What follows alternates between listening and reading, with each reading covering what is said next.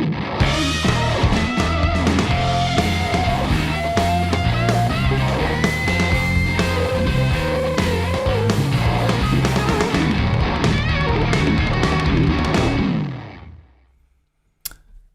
there. Hello, Peter. Hello, Mibu. Welcome back, Mibu. Happy to see you here again. It's been a while. I'm a little bit worried about my camera. It was kind of doing some funny tricks before the live broadcast began. So let's see. If it does it again, whatever it was, I need to change to my backup. And the quality is what it is then. But anyways, welcome to my weekly Wednesday live Q&A. Thank you for joining in. You're witnessing the second to last episode of 2021.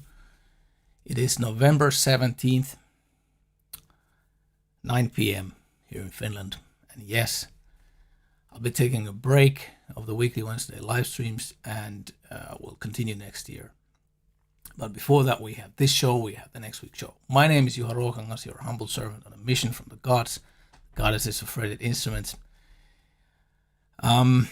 When I announced the title of today's stream, I got a warning to my email from a close friend. I got a warning. And now I'm going to warn you too. I was told by my friend that blaming social media of all our problems is very fashionable and that such generalizations, social media is to blame of this or that, is just pure laziness. And my interpretation of my friend's warning was that he didn't think it was necessarily a great idea to talk about what I'm going to talk about today. But luckily, he has no idea what I'm going to talk about. So this is very interesting, and I'm curious to hear your feedback after you hear what I have to say. I'm curious to hear my friend's feedback also, from whom I got the warning from. In any case, I'll promise to do my best not to generalize.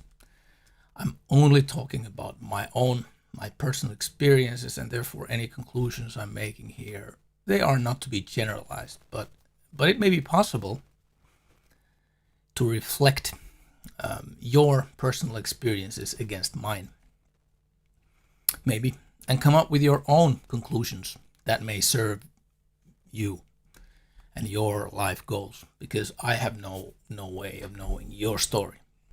But you're about to hear bits and pieces of mine, and we'll see where this leads. Story time. We'll rewind back to the year 1987 for a moment. 1987, I was 15 years old, and obviously no social media existed, of course, but let's forget about that for now.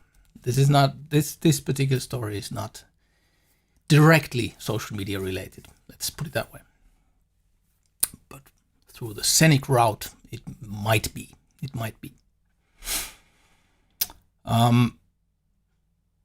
1987, I'm 15 years old. In our culture in Finland back in the 80s, it was very common that kids at age of 13, 14, 15 started drinking alcohol in the weekends.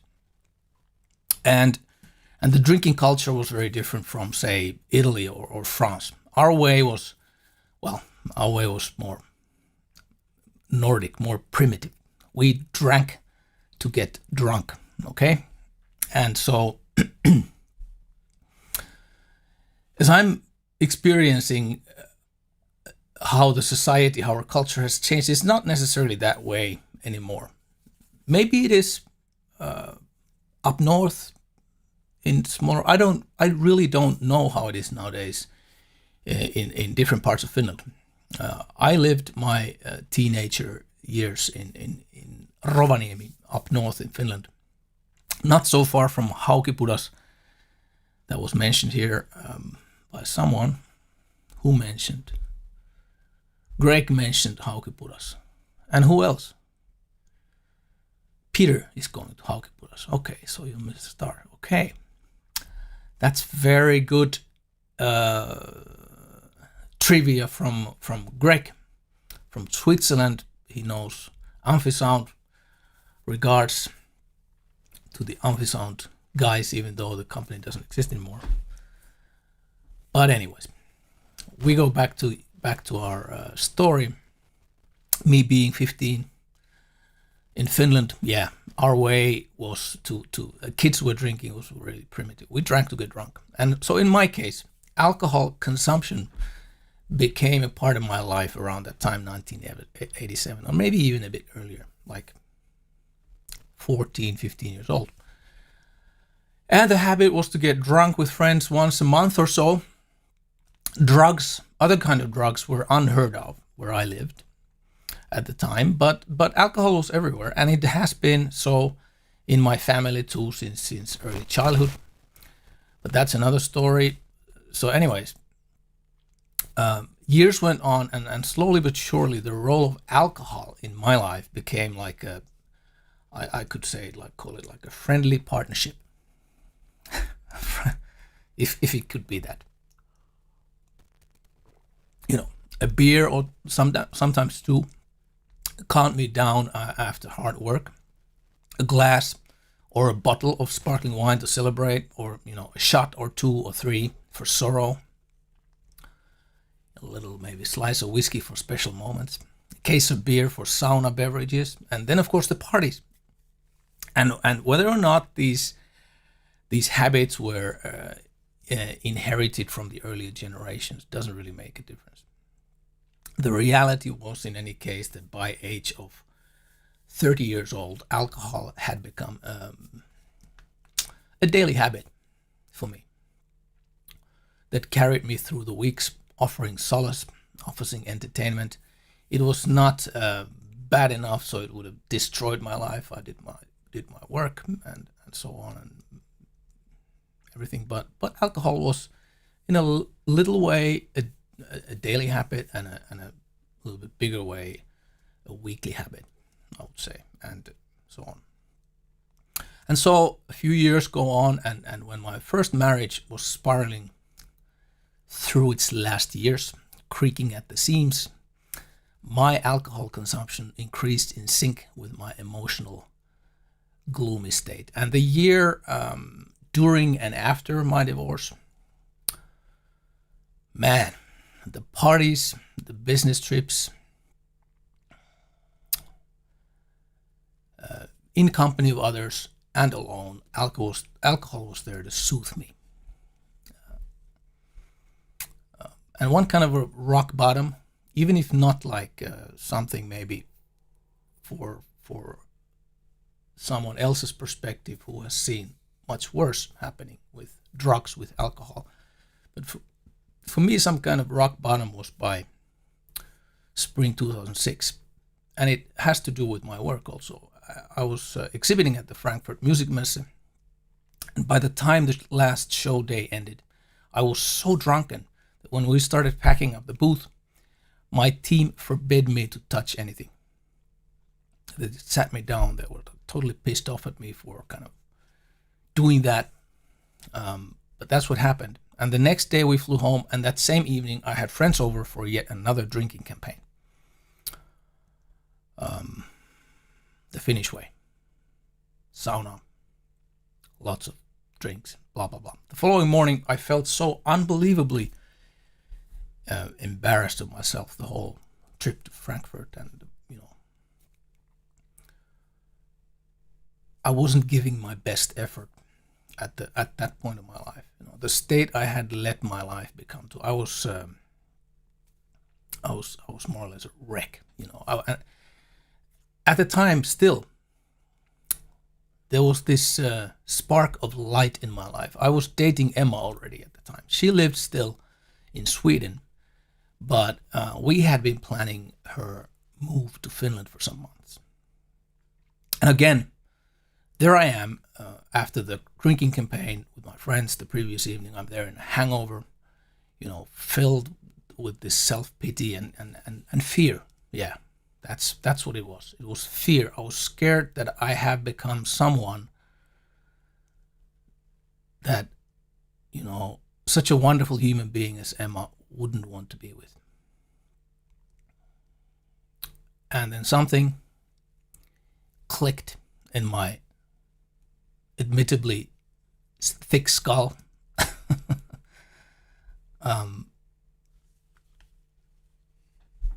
I had this amazing crystal clear realization that hey, man, it's actually me who is pouring the drink down my throat.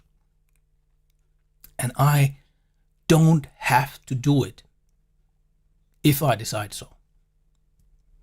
I can choose. I can decide. And this feeling, this realization, even though maybe obvious, but until you realize something, when you led your life from being a teenager, and alcohol has been part of your life all those years, until you realize something, you just don't realize it. It's somebody can say, "Hey, man, that's obvious. Why didn't you think of that earlier?" Exactly. Why didn't I think of that earlier?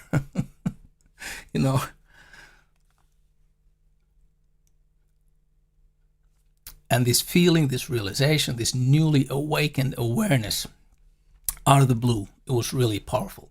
Really powerful. Even in this horrible hangover, I felt totally re-energized, like reborn. I'd give up the demon alcohol, as Ozzy sang, and claim back my life. I would prioritize love over destruction. And long story short, I'm noticing Emma is there watching. I was kind of hoping that she would. And yeah. Well, I can't believe that I'm talking about this. Anyways, long story short, the following 7 years, I was totally sober. And a coincidence or not, but during those 7 years, those were the years, if I'm thinking back those years now, 2006 on, those are the years that I grew up. I processed a lot of stuff from the past. Not everything. There's still a lot to process. I can tell right now. I can tell it again. Kind of comes and goes, but during those years, I grew up from a little frightened boy to a somewhat responsible, little bit less frightened adult person. That would be, the way to phrase it. From a frightened little boy to a somewhat responsible, little bit less frightened adult.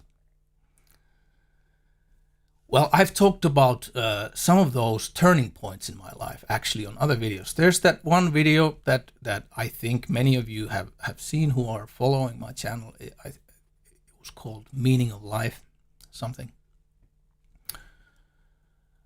In case you got curious, in case you haven't watched, or in case you want to watch it again after this one, because it's kind of like talking a lot about those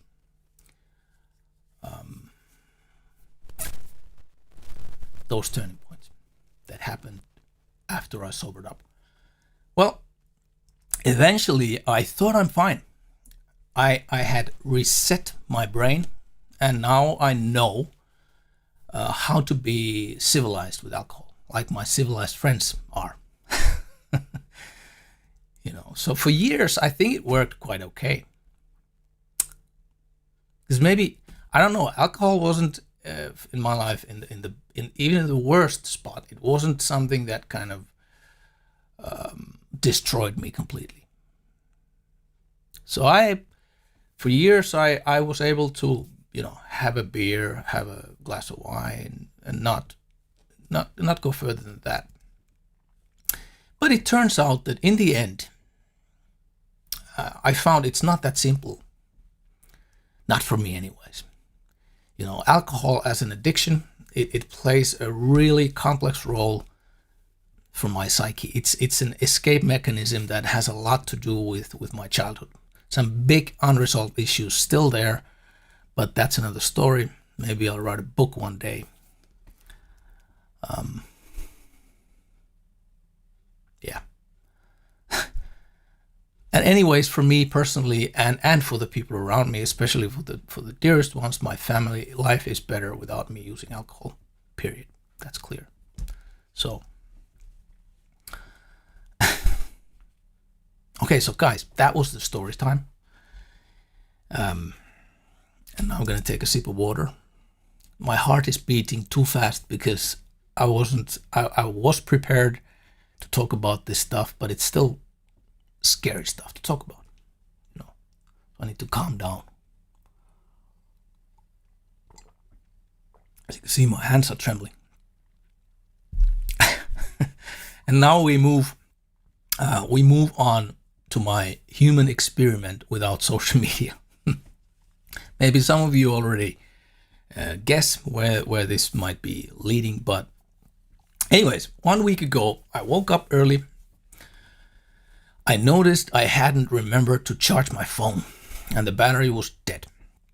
And there, waking up our son to school and preparing for breakfast, I didn't have my phone to check the weather from, the news, the latest stats from my previous YouTube video and other essential important things.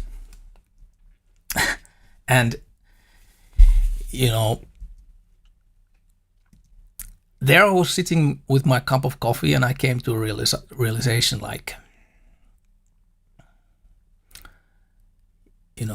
okay. So I didn't have my phone. I was there with my cup of coffee in the morning. The rest of the family was there slowly waking up. I was thinking, okay, this is interesting. I'm bored. It's unusual because we don't have bored anymore. We don't have bored. Not in the modern times. Boredom is gone. But now I'm bored. No phone. Just the rain outside the window that I can hear. The sandwich, the coffee. Like, wow. This is refreshing. And then, in a whim, after breakfast, I removed all social media apps from my phone. The Facebook, the Instagram, the Pinterest, the Twitter, YouTube, even the YouTube, the whatever it's called, the studio thing that I use for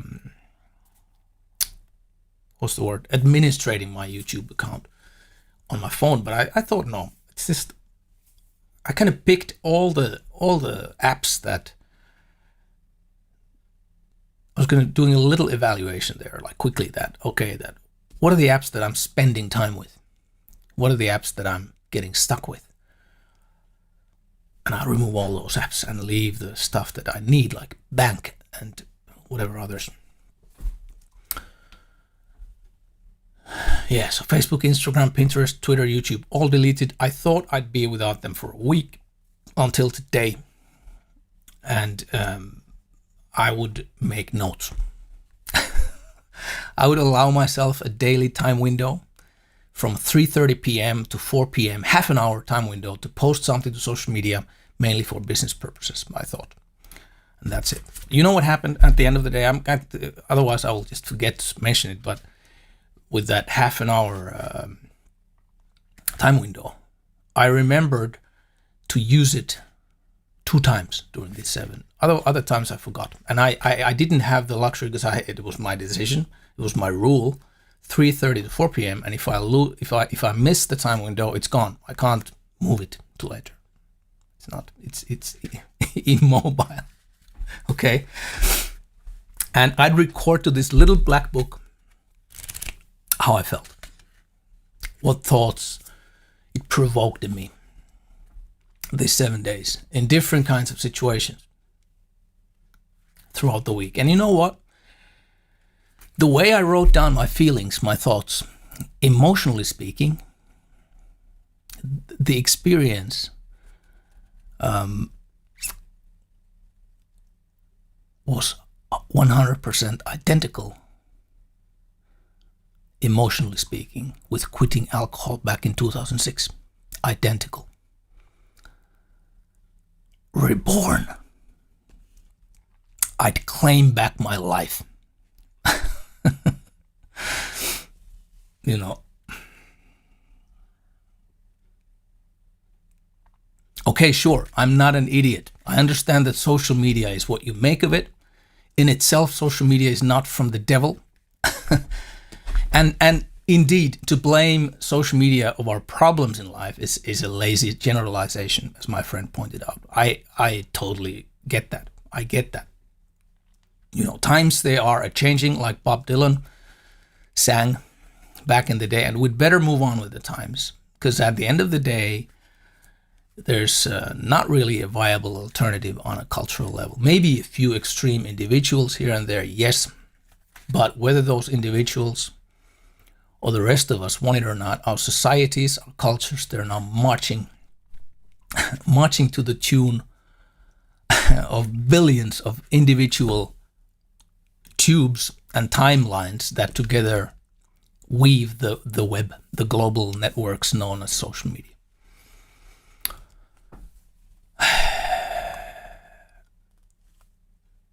Isaac Asimov, you know the guy?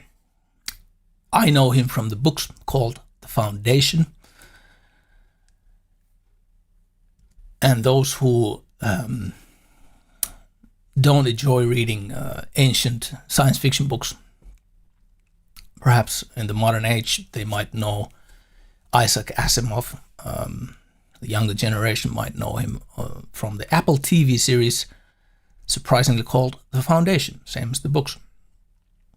Anyways, Isaac Asimov, a renowned author, scientist, predicted in the early 70s that the next step of information society will be that everybody will have their own TV channel.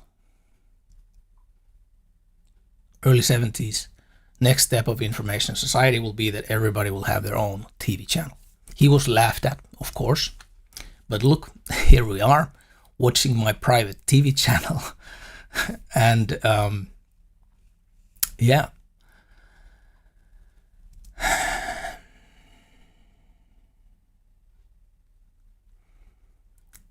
Remember my disclaimer. I'm not here to generalize. I can only speak of my own personal experience, if anything.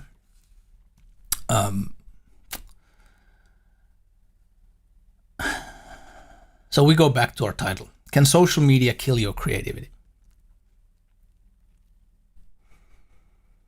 I guess it can, but I guess it doesn't have to. Social media can even inspire you to be more creative, I suppose. But for me, it doesn't really generally, it doesn't work that way for me. So my experience, it's very conflicting. Even with this, amazingly profound, deep experience of 1 week without social media, I can point out a few concrete ways how social media does seem to paralyze me. I can say that the way I consume social media, it actually does kill my creativity, and it stops me from reaching my life goals.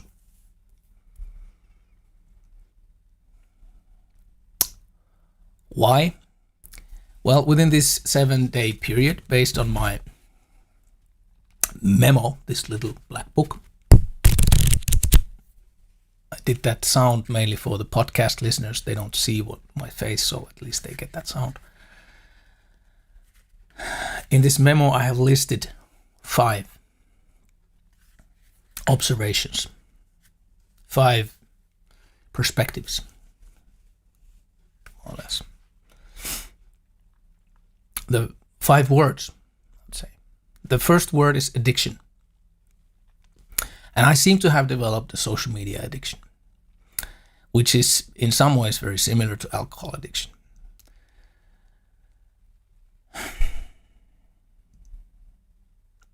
There are close to 100 different moments. I've written it down a little bit. Not every single one, but a lot. Single moments, triggers during a single day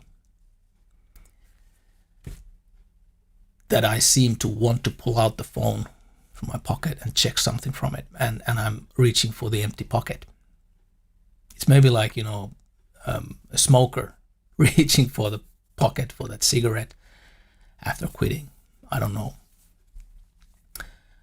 In other words, what I'm using the social media for, I'm filling all the gaps, all the imaginable idle little moments where I would otherwise stand still, sit still, lay still. And the phone, usually one of those social medias or something in that phone fills those gaps. I use it to fill those gaps, to not be bored or something. I'm not even talking about, sitting down and watching an interesting video from YouTube, like you guys are doing now, right? This is not social media addiction, is it? God. No, I'm not talking about that kind of, sitting down, focusing, watching a video, like watching a film or something.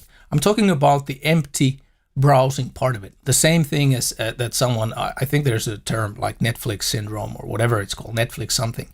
More time goes to browsing what you want to watch than the actual watching of that something. So why do I want to fill the gaps? Am I escaping from something? It's a good question. What did I escape from with alcohol?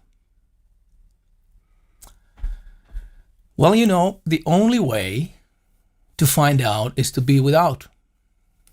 Because when you're long enough still, the crap will start to rise to the surface. And you'll realize you have a need or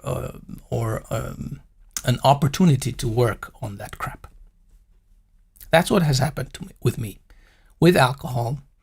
And apparently it has happened also with the lack of social media within a short time of 7 days. It has happened.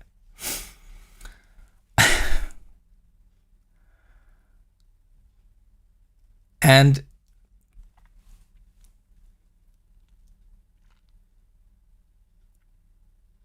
I do have a hunch that, talking about creativity, that, filling all the stillness in our lives, all those little moments with noise might not necessarily be the greatest idea regarding creativity.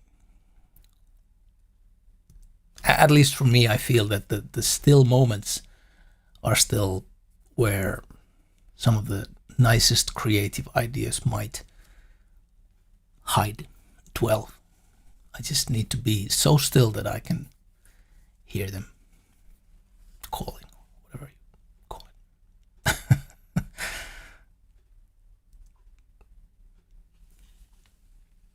Yeah, okay. Second. First one was the addiction part of it. Second, time thief. I named it time thief. I don't know what it should be. Time thief. How many hours did I spend last month watching interesting videos about playing guitar instead of playing the guitar? Too many hours. Or as a friend of ours told, she watches so much, great exercise videos to get inspired. So much that she doesn't have time to exercise. So I don't know. Can social media kill creativity? Well,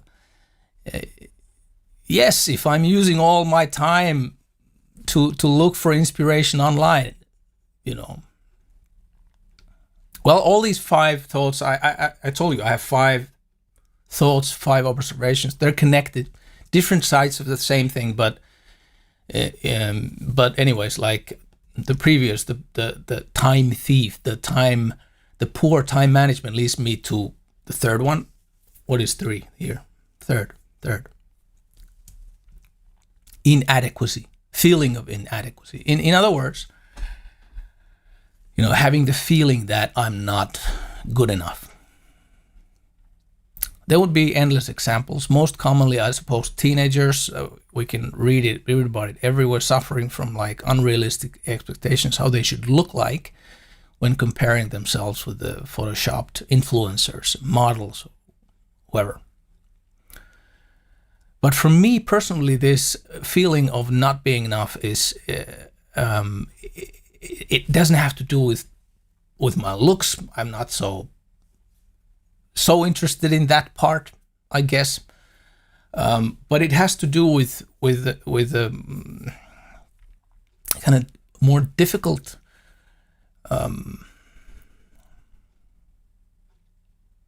aspects of life, like that it's kind of difficult to grasp what it's about. But I think it's, when watching videos or following articles, reading articles about how to improve my business. I belong to these groups, Facebook groups, where people are talking about their small businesses, and from LinkedIn, sometimes I get a nice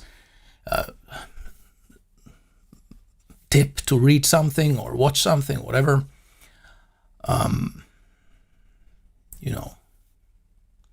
Videos, articles, how to improve my business, how to live my life, how to be better at my work, and then with all these messages, all these necessary improvements or useful ideas to make things better, all this stuff, being bombarded towards me from left and right from countless very impressive sources. And I mean that seriously, very impressive sources. From people I respect, from people I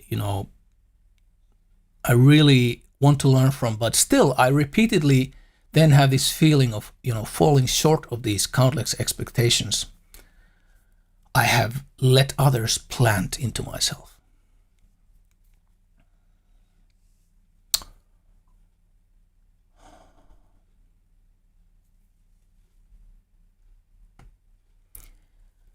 We have here someone with a very, hey, can I ask serious questions? Says someone with perhaps a less serious avatar name choice. But yes, you can ask questions, and I'll let's see if I have time to react and answer you to your questions. I see there's very, very nice comments coming in, and it's great. Keep them coming. If you have questions, keep them coming too.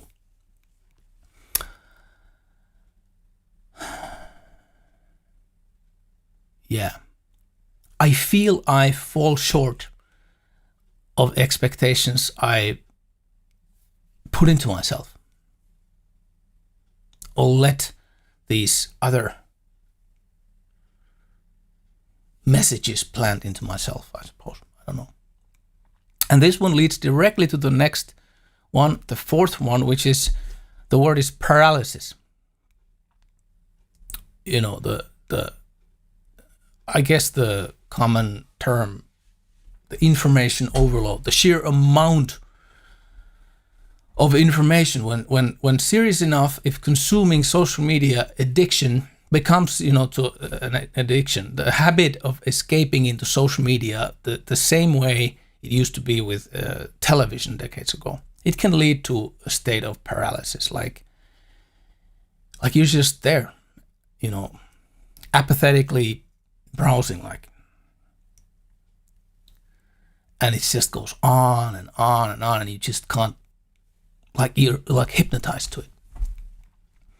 And that just common sense tells me that can't be good, that kind of paralysis, can it?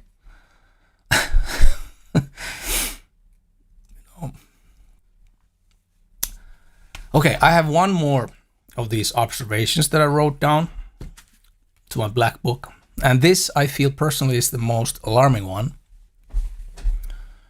The fifth one, losing focus. When I follow so many others, I follow what they think, how they do it, I'm getting lost, who am I supposed to be in the middle of all this noise? And in the middle of all these important messages and important notifications? Well, this has, of course, a direct connection to creativity as well. The ideas, requests, instructions, commands pouring in constantly from every direction lead into losing focus. I think even better term than information overload would be opinion overload. Opinion overload. All these opinions shooting at me, and I'm like, where was I going again? What are my goals in life again? Are all these opinions and ideas helping me or distracting me? And this losing focus will lead us to the conclusive part of this broadcast. Like, what are we going to do about it? If this is the case. Or at least, what am I going to do about it? I don't know about you guys, but if I'm in this state of mind, with my addictive behavior, my destructive behavior, what am I going to do about it? Maybe this is a good time to look at some of your comments. I'll just browse through. Bear with me. There's going to be a little bit of a still moment for you while I'm reading through your comments, so you can browse some other social medias in the meanwhile to not get bored.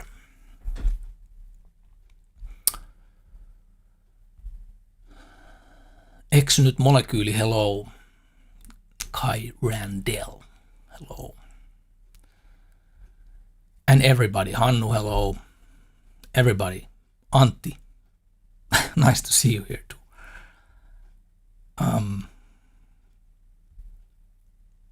Yeah, I'm gonna bring up this one.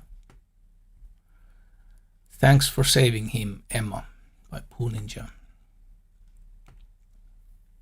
And Emma sending a kiss. I think it's for Poo Ninja and for me too. It's our kiss. We share it. And Emma comments also, Juha did it himself in the end, and I'm very happy for him. Well,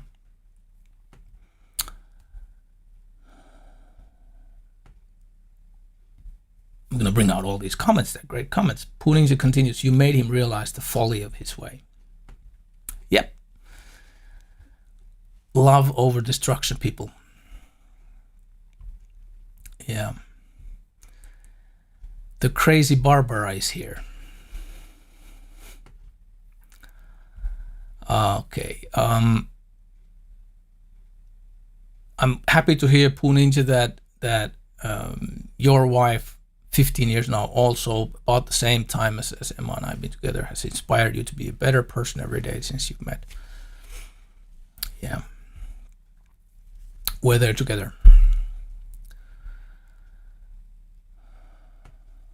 Mibu, where real love is, there's no trace of fear. Yeah. Man.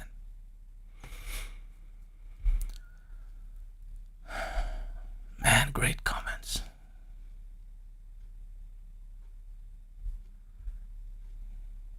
Excellent molecule, waiting on that book. Okay. One day, I hope. Greg, you're so right. Nowadays, bored is almost a luxury. Well, it's an interesting experience. I recommend you to try. If for nothing else, just to sit still and not do anything, to be bored.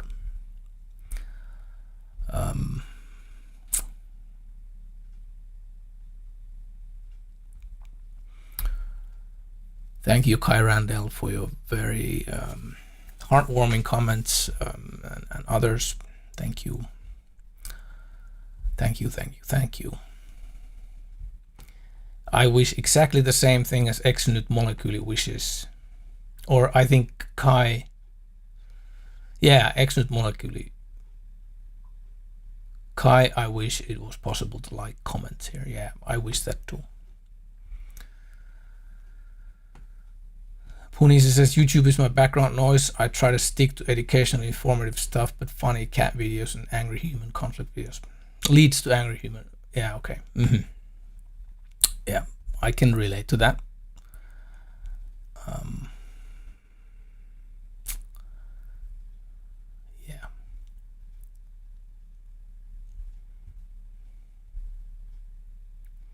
We have also here the mathematical equation of happiness. I'm not going to bring it up, so you guys have to look at the live chat after the fact when it's online again. There's always that moment, guys, when the live chat, when the live stream is over. There's always that 12 hours or whatever, 15 hours, 24 hours. I don't know how long it takes, but there's that time when the live chat disappears. It is because YouTube always has some sort of a surveillance going on. They go through the live chat if there's something there that should not be public, is not allowed, and after they checked it, then it shows up again. And of course, we're a civilized community here, so our chat is always untouched, nearly untouched, anyways. After the YouTube censorship.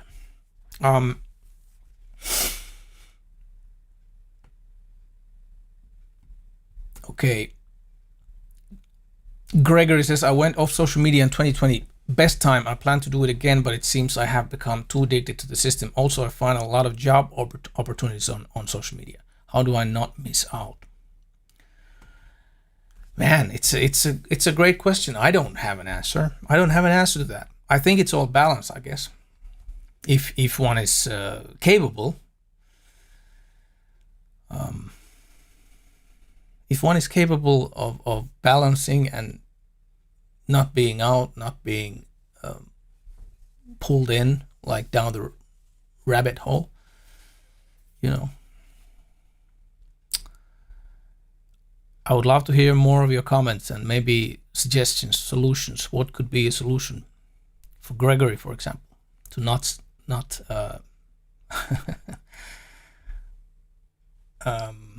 miss out on job opportunities and the other good stuff that social media has to offer. Yeah. Okay, Peter says, got my own experiences, opinions with alcohol, social media, and hearing your thoughts on this is very important to me. Thank you. This is what I wish that, this is my secret wish, that what I'm doing here is two things. I'm trying to help myself to recover. I'm trying to help myself to get through the day, to get, to the next level, to sort out stuff. That's one part why I'm doing this, why I'm sharing it with you, to make it real. So it's not just my thoughts in my little black book. I'm making it real by sharing it with you guys. And of course, I have the secret wish that it would help someone out there. So that's what I wish, and I'm happy to hear that it sometimes happens.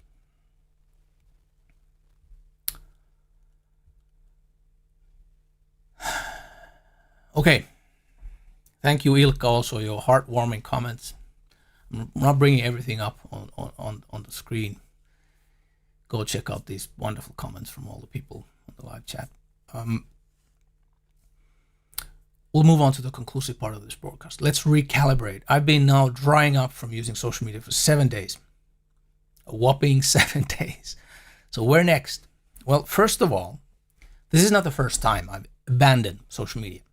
We've had different kinds of rules in our family from time to time. For example, one of the best ones, I think, that hasn't worked in a while, though, unfortunately, was the decision that, whenever there is more than one person in the room,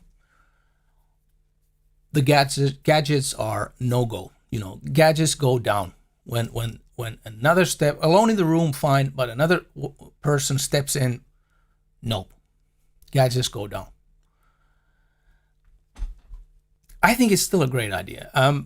Another rule has been no phone zones. Bedroom, no gadgets allowed, and so on.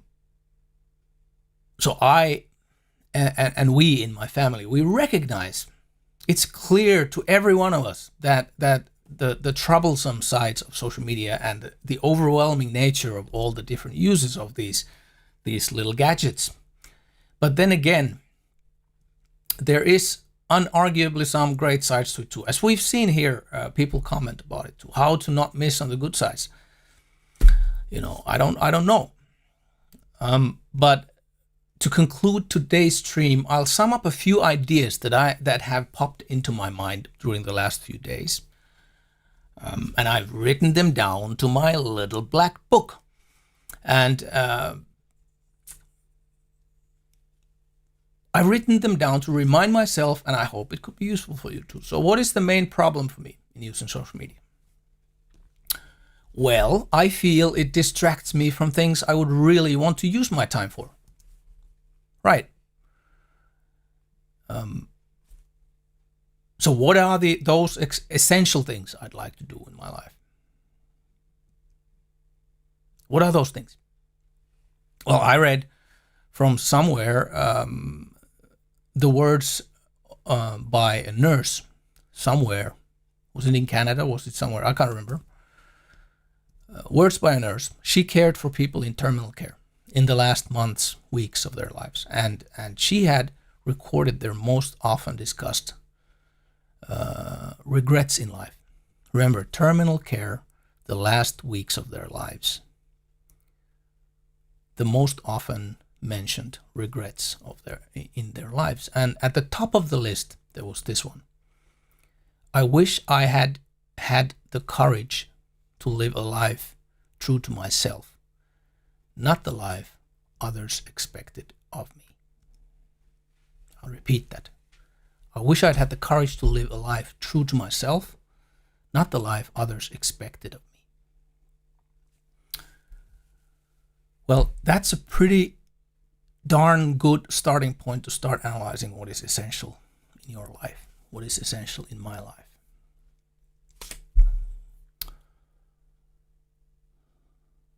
So I have these few notes. 1. I have 3 things. First of all, I have the individual power to choose. I can choose how to spend my energy. I can choose how to spend my time. I can choose whether I pour alcohol down my throat or not, for example. Okay? I have a choice.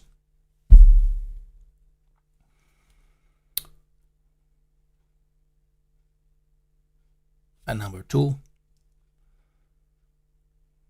as it appears, almost everything in life is noise. Around me, almost everything is unnecessary, and very few things in life are exceptionally valuable. And when I acknowledge this, that very few things are exceptionally valuable, and most things are not. Acknowledging this, I can begin to distinguish the noise away from what I find is really the super important stuff for me. I can differentiate what is non-essential, what is essential for me. But first I have to just realize that that's the way it is. Most things are not so important, but there are those very important things. And the first step might be that. And finally, third, I need to understand the reality of trade-offs. In other words, I cannot have it all. I cannot do it all. In other words, not only do I have a power to choose, but I also have to choose, because I can't do everything.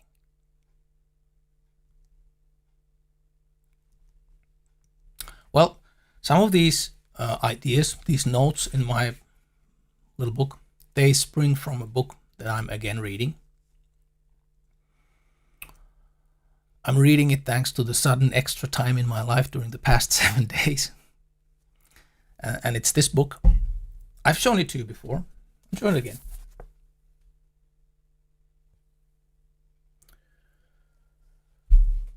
Essentialism, the Disciplined Pursuit of Less by Greg McKeown. Maybe. Keown. How do you say that? Keown. Greg McKeown. I think that's right. Greg McKeown. I know I've shown it before, but look, the fact that I'm showing you the same book again and again, and essentially, maybe you don't know, I think many of you know this, I'm talking actually the same talk also over and over again, from different, little bit different perspectives and blah, blah, blah, but we just came back to the same topic that I've done like probably 10 different episodes about. I'm talking the same talk, I'm showing the same book in an attempt to help myself and hopefully one or two of you guys, gals out there, find it helpful too. The fact is that you do not need all the human development books.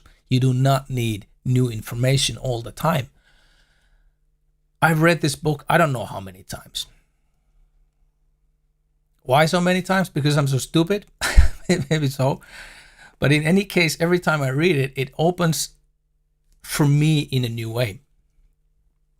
The book is the same, but I'm not. There's always a new perspective, a new life situation I'm in. It's like practicing guitar. To master a lick, our muscles need repetition. To master it, we need to play it 1,000 times. And our brain is like a muscle too for those, for those who wonder why I'm, it's repetition. For those who wonder, this book, Essentialism, it's not a time management strategy, really. It's more like a philosophy. It's a bit similar to, I guess it's a bit similar to minimalism, I suppose, or KonMari, Marie Kondo, except not material goods, but your life as a whole. Focusing to the essential, but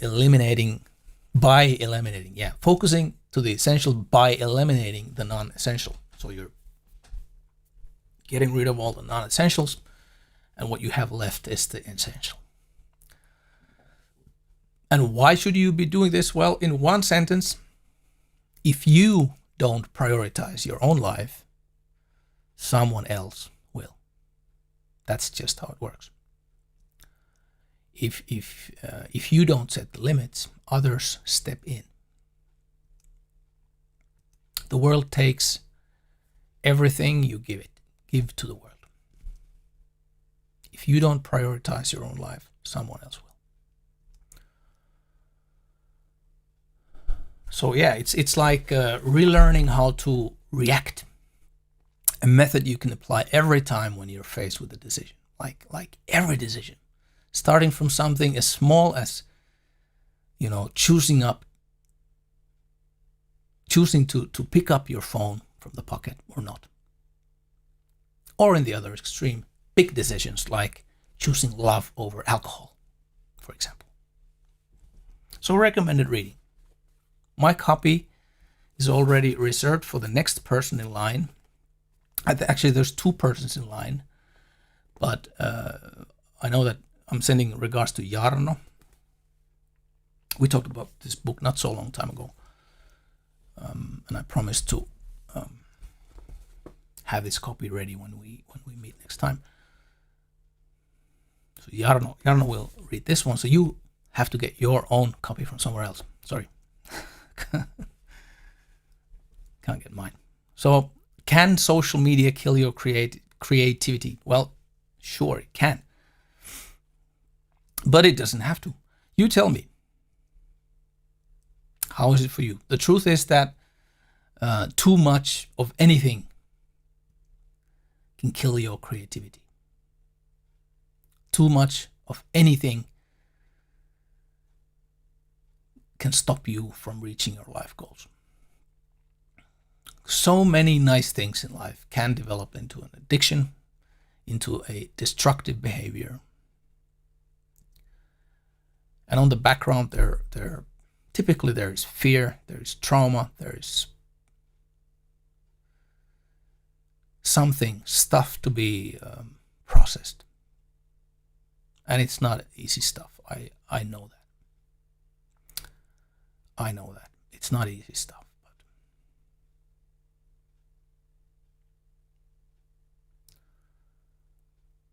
yeah.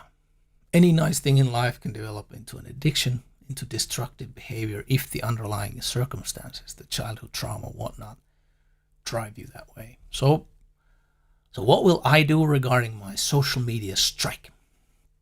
Well, for now, I think I'll just steer clear from it as I've done the past 7 days. And do I have a decision how long? No, I'm taking one day at a time. Because I think it's a really nice feeling to be bored now, after many years of not having that feeling, that experience. So I really like the idle spaces in time in between the rest of my life events.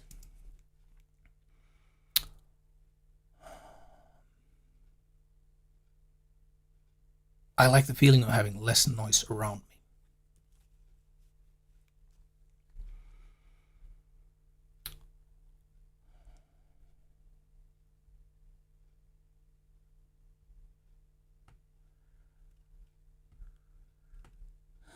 Mibu says it right to the point. We're always choosing between love and fear. It's that simple.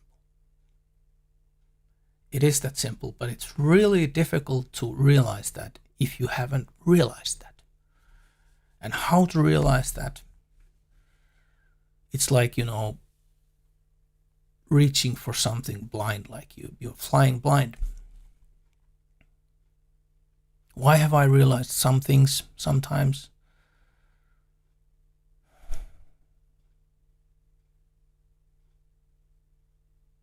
I don't know. You guys tell me in the comments why. Why do we realize it? Why is it so difficult to realize things? That when we see a movie about these difficult things and people go through these ups and downs and all the roller coasters of life and they grow up. It's like a growing up, wonderful story of growing up to a responsible human being. And then you watch that movie and you understand everything. It's so clear. And then after the movie, you feel like, okay, now I get it. Now my life will be like that. And you feel so relieved. But watching a movie or reading a book, it's not that simple. I know that because I've read so many books and I've watched so many movies. And it's not like I've figured out everything in life. It's just I'm somewhere on my timeline at this point of time, at this age where I'm right now. All right, guys. It is time to call it a day. And thank you so much for your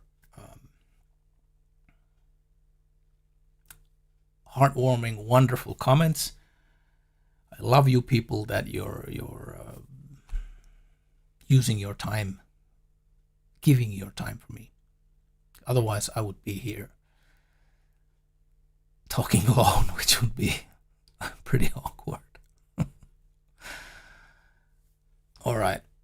Okay, that's it for now. Until next week. Remember, it will be the last one this year, the next one. So let's gather a crowd. Okay. Thank you. Thank you. Take care of your loved ones. Be well, stay safe, peace, love, and good music.